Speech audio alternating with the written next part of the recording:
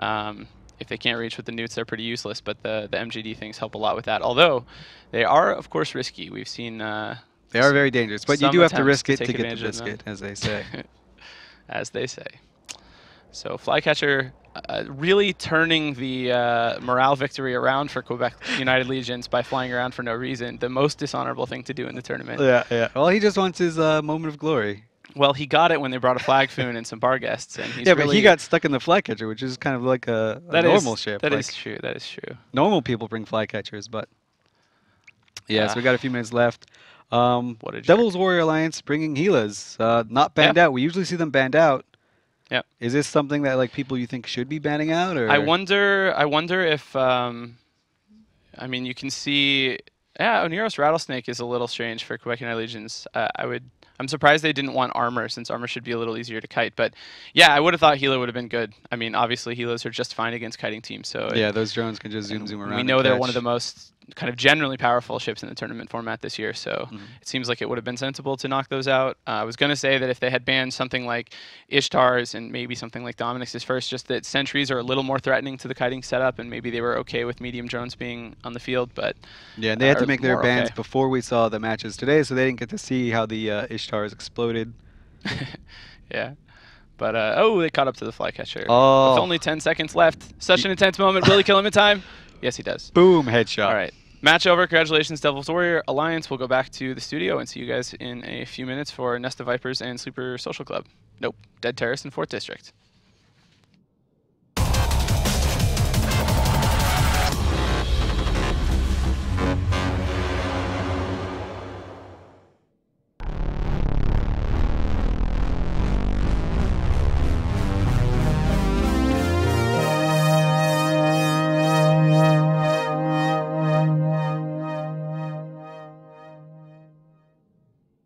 Kill the thingy. A thingy just landed. Okay, align to that territorial thingy. Kill the thingy. Snow get thingy. Starburst. Kill the thingies.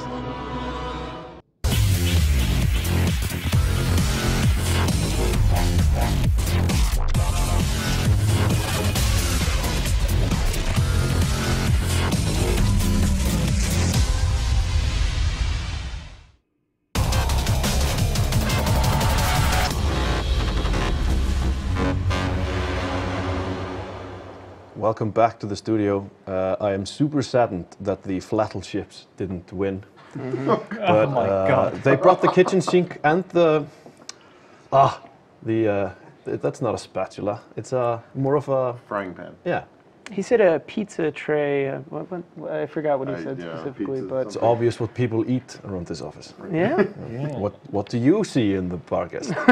I'm super happy to have seen the bar guest in the tournament, though. These were the first ones we see. They did well. I feel it was because they targeted the wrong thing initially.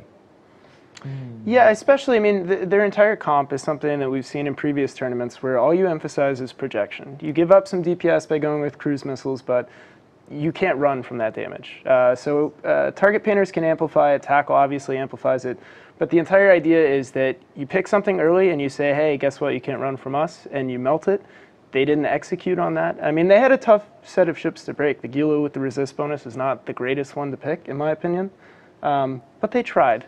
And not only did they try, they looked good doing it. Yeah. That was what was really important. Yeah, absolutely. They had their priorities straight. This is what I was talking about, earning respect, winning respect. Oh, they've got mine, for sure. Yeah, I'm disappointed. I think I cursed them again by choosing them, so... You're just bad at predictions.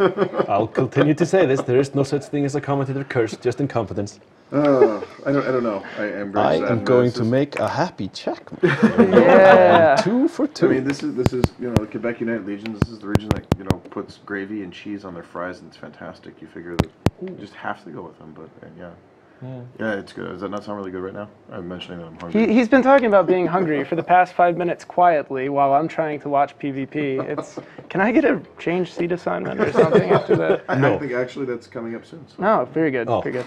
But yeah, that was a good match, and it was well flown by Devils. I mean, they were up kind of against a weird setup. I don't really understand the Bargist. I mean, it does have mid slots for utility, but as we mentioned, The point is not really that big of a deal, the tackle bonus. Defensive scram on a battleship is a little bit hard to sell. It could be a tackle battleship. A tackle ship? Well, No, like that didn't play. That didn't play. I take that back. I take that back. That went down like a lead balloon. Yeah, well. That's what we do here. We're a board of nerds that can't pronounce stuff, apparently. Apparently not. But I think the Devil's Warrior Alliance won in the fact that the way they called their targets. Going for a healer first is not how you win a match. I think you should. Even I know you should go for something else than those guys.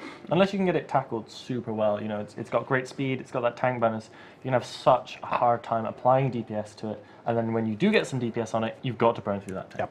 Yeah, exactly. This comes back to the point that you should just bring smart bombs to take care of drones. I mean, you're not wrong. That's the best kind of is. Yeah. Maybe we'll see it. I don't know, but you know, I think we saw smart bombs earlier on, and what it resulted was they smart bomb their own rep drones off the field. So, yeah. See, that is somebody I would not take in my fleets of smart bombs. But we can't all be heroes. The next match that we have coming up is the Dead Terrorist versus the 4th District. I'm very interested to see how this goes because I've been telling you this story and a lot of other people. For those of you who watched FanFest this year, 4th District were reputably having a very uninteresting Alliance panel presentation and were war attacked by 5 or 6 different entities because of it. I wouldn't know anything about that whatsoever. You held the talk for Waffles. It went great. Thank you.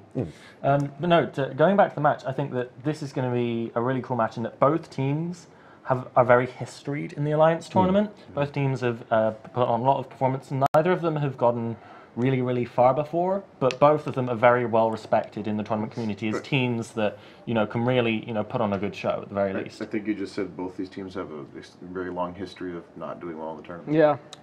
And based on the fact, fancier wording, yeah. You're gonna I was get trying War to Deck be now. nice. You realize that. Yeah. Waffles, I'm sorry, there's gonna be a War Deck coming. oh, like they would care. I think the fact that 4th District brought a really strange armor tinker that relied on a rapier that died almost instantly, they're showing their intent to continue on this path of storied mediocrity. So I hope they don't make a meta mistake like they did last time. This should be another good match, actually, because Dead Terrorist is kind of a wild card. I give them a really hard time all the time, and I'm going to continue regardless of how this match turns out. But it's another one that both teams have access to, I think, a lot of friends and a lot of experienced pilots who could help them set stuff up. And I think it could be good. It could be terrible, but 80% chance I think that it's going to be good. Well, judging from the bans, you're still right. Dead Terrorists have banned the Scimitar and the Ishtar, and 4th District banned the EOS and the Larry, the Gila. Yes. I'm Larry, going with waiting for Karkur's that. pronunciation of this, the Larry. Right. I like it. So, what do you think? What are they bringing? I think you know that's kind of fairly consistent with what we've seen tournament through, all, you know, really popular ships. I think that there is a possibility of a tinker back. I'm sorry. I think we may see one. But yeah, I think that there's nothing really out of place, anything unusual with those bans. Is there a place to get like T-shirts made in Reykjavik? I can go get an "I Hate Tinkers" T-shirt to wear. We have an entire week. The- You Yeah. can check. I think there's time for this. No, the answer to that is you get it as a tattoo, and then you don't have to worry about Yeah, the forgetting cripple your will have T-shirt. nothing on me if I do this. You Yeah. rubber stamp, so you can just like go along and just go. Boing. Never I mind hate Bill's tinkers. bar. I hate tinkers. Yeah. The match is ready, so your predictions, gentlemen. Well, I'm gonna doom Dead Terrorists by predicting that they're gonna win. And I'm happy you've done it. I'll go 4th District. I too have picked Dead Terrorists. Thanks, back. I'm going with Dead Terrorists because they are a wild card. I like wild cards. That means that Squeebles is gonna be right. 4th District will win. I think in this one, unless there's a gate now on field that they can camp, I'm pretty sure Dead Terrorist is going to fold. And with that, fighting words, we go to the commentary booth. I had to.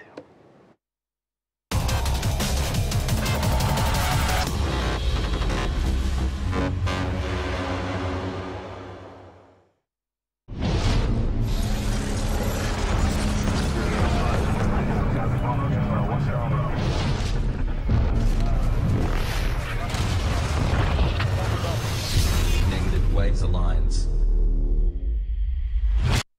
Welcome Welcome to Wormhole Space, man. We be flying tech trees and smoking them trees. This Avowed Alliance represented by Pandora Spear and Viper Fleet Inc.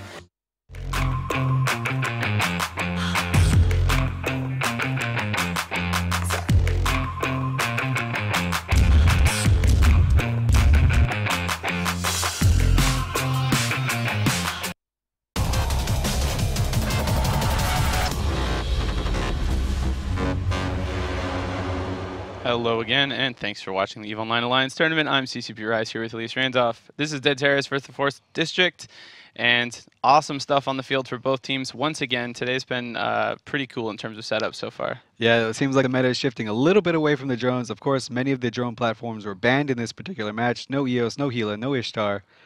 So Dead Terrorist is just going throwback missile kite team. They've got Nighthawk, Claymore, a few Serbs, a Bellicose for some painting, Flycatcher and Caracols, and they came in at range to the beacon. Yeah, and some of you may have noticed, but there's no Logi on that team. Pretty interesting choice there. And then 4th District, going with Armageddon, Astartes, which we've seen once today already, maybe twice, and these are Rail Astartes, which the last ones were as well. Both of them choosing to go with Rails rather than Blasters. So that's a good thing for them up against a kite team like this. And of course, both teams bringing plenty of damps. Flycatcher down already, wow. Yeah, but the Dead Terrors definitely won the damp war. Look at all these damps applied to everything. Whoa. They completely wrecked the 4th District in that thing. They're now going to be shooting some, I guess, a Merlin to get rid of more damps. Wow. I think Dead Terrors probably want to be shooting this Guardian, but nothing really is dying. Maybe it's a lot of posturing, like they're trying to get separated a little bit. It's really interesting that the Guardian is the one thing on the team that doesn't have any damps applied to it. Yeah, you figure you'd probably want to damp everything else and kill the Guardian, but no, they are damping everything and killing a Merlin. Yeah, it looks like all of the damage from the Dead Terrorist team is actually going to that Merlin, and he just doesn't care one bit. But this is another thing of applying your control, because you see Dead Terrorists have a smaller control bar than 4th District, but it's all filled up. 4th District have, well, now they're getting a little bit higher up, but they have a pretty big control bar, but they're not able to apply anything. Right now they're just damping a Claymore and painting it, but they can't shoot it. These Astartes need lock, this Geddon needs lock. I'm a little surprised the 4th District isn't trying to move aggressively, at least, towards the Dead Terrorist team. They really don't mind being super close. I mean, the Astartes might have some more trouble kiting. I guess they don't want to leave maybe the Geddon behind, and so they're kind of limited by that. But the Dead Terrorist damage is going to hit them no matter what, because it's all missile-based. Yeah. So I would think they would try to close range a little bit to mitigate the damp pressure. But for now, it's still a pretty long-range standoff, probably 40 or 50K between both teams. Okay, that was some pretty slow reps on the Merlin there. He might actually go down. Nope, he got caught. Wow, it's crazy. Chainsword is going to get caught. He can completely keep the Merlins up, but it looks like, yeah, if they target swap like really well, I mean, if they keep trying that, they might actually be able to get through one of the Merlins. Well, an issue here is that 4th District has a lot of rep drones as well, which, I mean, you can just leave the rep drones on one Merlin and throw the reps on another. But it looks like Dead Terrorists are definitely trying to poke and prod through these Merlins. I have no idea why. Okay, now they're painting the Guardian. It looks like the Bellicose finally got the lock it wanted, and they're going for him now. But they're going to trade, like, the shields of a Guardian for the shields of their Claymore. That's horrible. Yeah, the Claymore going down is obviously a disaster. One reason, you know, I was just talking about them closing range. I guess the reason they don't need to is even though there's stamps across the entire team, the Astartes are guns active. Like they've been able, they're at a range where they can lock, so they're happy to just be here, keep putting pressure on that Claymore. And with no Logi, I mean, he's really going to struggle. It's possible that he was in reload and has gotten the ASB active again, and that's why he's starting to level out, or that he's actually pulling some range as well. He's flying away from the Astartes, trying to get those damps too. It's not going that fast though. You figure like a kiting Claymore that's kind of leaking into armor. Maybe he's just bait tanking. Maybe this is some like next level piloting. But you know, in the meantime, Dead Terror is not making any progress against that Guardian. Really, he's having no trouble with the rep drones, just keeping his armor topped off for the most part. Yeah, and you can see all the rep drones. Some of the drones are coming back, and it looks like they might be swapping some of their drones around. I don't know why Dead Terrorists are swapping their drones, but whatever. That's what they're doing. Yeah. There's no rep bots there. I don't know if they had them before, but Dead Terrorist is all Valkyries and Warriors. Although, yeah, none of them are on the other side of the field. They're just pulling them back. Maybe the 4th District support, the Merlins were starting to kill them, and so they just decided to Save their drones for later. Yeah, until after the support's not there. And it looks like they've now given up on the Guardian. They've gone back to trying to switch the Merlins into getting one down. I'm sure that getting that structure damage on the one was made it feel like that's possible for them. So 4th District are doing the right thing tactically, at least. When you're up against the Kite team, they're balling up, they're forming a battle ball and saying, okay, you can't just pick us off. Yeah. You have to sit at range, and we're going to be all right next to each other. It's especially with the dams, it'll really help out in case someone swaps the dams to the Guardian at some point. So good tactics. I mean, 4th District have obviously practiced against some sort of kiting team, or they know what to do.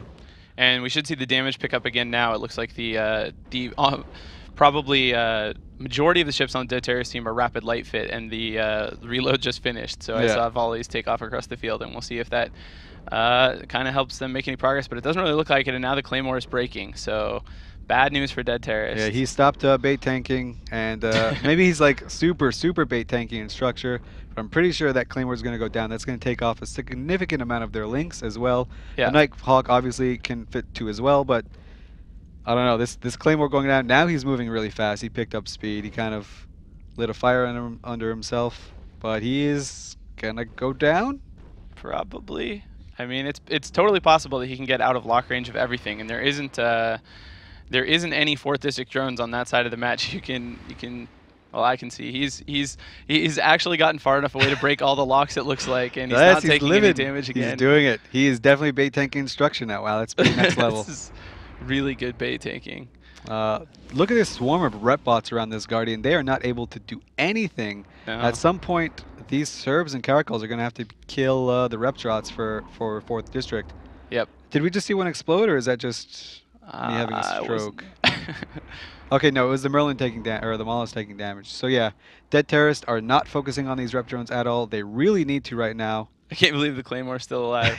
It's pretty awesome. He's next level. He's got to be. I mean, one thing that I can try to confirm, but if 4th District keeps inching them, wow, which they're not. They're actually flying away from the Dead Terrace team. But if they keep inching towards the arena edge, eventually they could get back in range of that Claymore. But it looks like since they're headed kind of away from the Dead Terrace team, he might last a while still. Of course, he's not contributing anything other than the links, but that's still a lot better than having him die. Yeah, I mean, I think maybe right now 4th District are saying, okay, we've got the lead. Yeah. We're not a tinker by any means, but let's just kind of, their DPS is abysmal. Yeah. Dead Terrace DPS they can't apply it very well. So 4th District might just say, we're just going to take a 4-point win. Cut it out. Why not? You're absolutely right. The pressure is all on Dead Terrace to make something happen, and the only thing they've gotten anywhere close to is getting damage onto a frigate, which they would have to kill several of to pull the match back, and it doesn't even look like they're capable of that. So 4th District kind of turning their team into a tinker and just saying, like, you have to find a way to break us or we're just going to win off your flycatcher loss. The neat thing about these Astartes is they have a pretty big drone bay for a battlecruiser, and they can fit 5 medium rep bots each. So, and the Geddon can fit 5 heavy ones. So that is a lot of repping power. Like, a lot of people just obviously, like people like Dead Terrace say, whatever, we don't really need to kill these things, but yep, that's why they're losing a match. Really interesting. I think it's really cool to see the turret ships get rewarded. Like, this is the only DPS we've had in several matches that isn't delayed in some way. Yeah. Like they didn't get to kill anything after the damps got applied, but because the Astartes could volley him on the first lock, they're actually ahead in this match. So turret ships getting rewarded pretty heavily in a meta that's basically drone dominant for the most part. Though at the same time, they are being saved by drones. So yeah, their own drones are saving them. But they rep drones at least. And yeah. You know, you said, I was looking, by the way, you said, you know, there's a lot of room for rep drones, which there is, but there's actually not a lot of heavy. There's mostly light rep drones on this Guardian. There's really a couple mediums. Maybe Dead Terrorists have been actually killing them. Yeah, maybe having a stroke. Maybe so. If that happens, okay, this Guardian is now taking quite a bit of damage. Yeah, maybe they're switching back now. Wow, you can see now that I've kind of looked close, the Guardian is actually almost out of range of the missiles. I saw some missiles like actually expire before they hit him, so he's probably trying to push that as much as possible. But you're right, he's taking some damage. Another flycatcher down for Dead Terrorist. So a little DPS off the field, but actually that doesn't matter all that much. If they have the DPS to break the Guardian, they can actually pull the match back. The Guardian's going down so slow though. Like he's gone down about 10%, and now you can see he's creeping back up now that he's out of the missile range.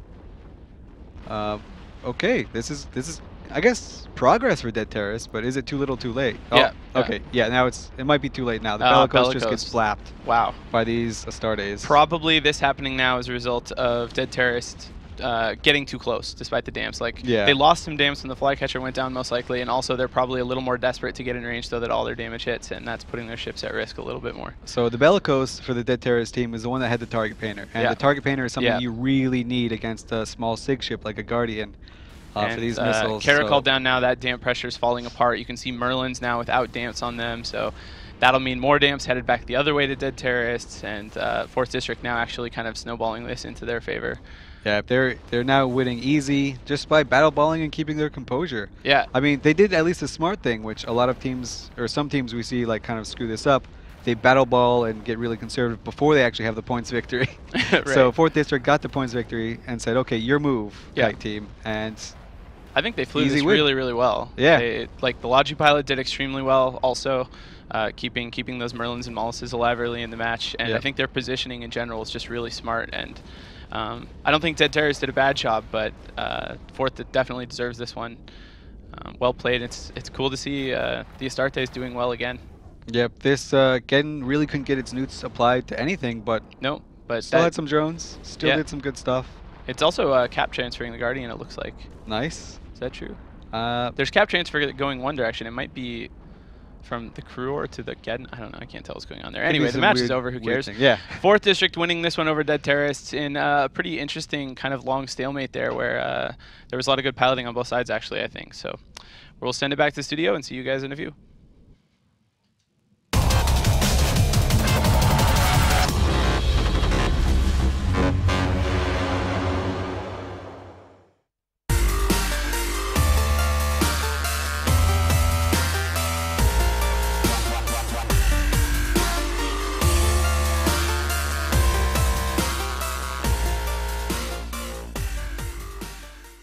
We're day 4. That means that pretty much only the good teams and Test Alliance are left.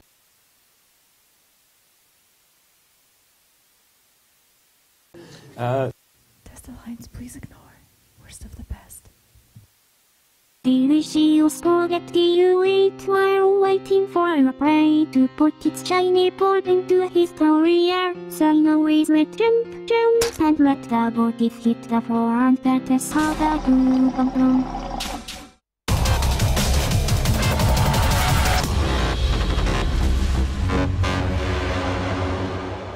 Welcome back to the studio. I'm CCP Gargant and joined here by Apothenacer, Screeples and Bacchanalian. I want to say that everybody in that match wasn't just damped, they were soaked.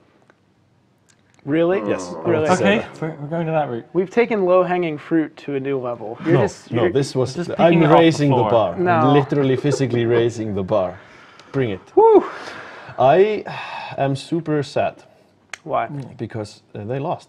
The terrorists lost, and I thought that this was sort of a caravan wagon kind of tactic to just ball up and take it, like Yeah, it was a defensive tactic if I've ever seen one. The 4th District's team was really nice. I really liked it. The Geddon offers sort of this 40-kilometer sphere of protection from anything that values its capacitor.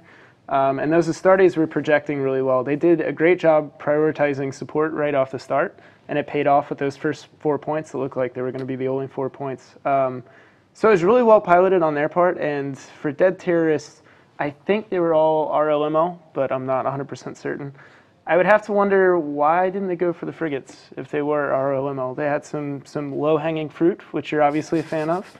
And instead, it seemed like they primaried the bigger things until too late in the match. How are we yet to mention the Claymore? My God, did that thing survive It was forever? Yeah, it was pretty impressive. That pilot was just flying by the seat of his pants, like desperately getting out of range. He had all those rep bots on him. I really want to know like what percentage of structure he was in, because that looked scary. Yeah, but it definitely was. It was good piloting on his part to get out of range of the damage, to stay alive for as long as he did. I think the Dead Terrorists just kind of didn't bring the ECM goo, and that's what doomed them. They needed that ECM goo. Dead Terrace did show that kind of trademark sign of a very strong AT team in that those damps were spread beautifully. Their E-War coverage was fantastic. But it's worth mentioning is they were spread equally, but there's really not a way to tell if they were spread effectively. Even if they had been, though, I will say the 4th District did exactly what they should have, and they grouped up. They completely mitigated that. The Guardian did really well. He piloted well. I don't necessarily understand the pick of a Guardian over no Neros, if anybody has any idea. We've seen that a couple times now. Yeah, it must be a style choice. It is a better looking ship. Yes, yeah, for sure. But yeah, I just wonder. It seems like Dead Terrace brought a comp that was designed to kill support, and then decided, on the other hand, let's not go for the support. And maybe they weren't RLML, and that could have been the problem. But I really do think they were, and I just don't understand that target calling. It almost sounds like they took my advice on always bashing the Logi first. I'm not an expert, so listening to my advice is not. These are the experts. I'm just here to sort of rein them in. Some of us. Yeah. But yeah, to the victor go the spoils, and I think it was obvious that the 4th District were the better team. They just knew exactly how to react to what they were facing.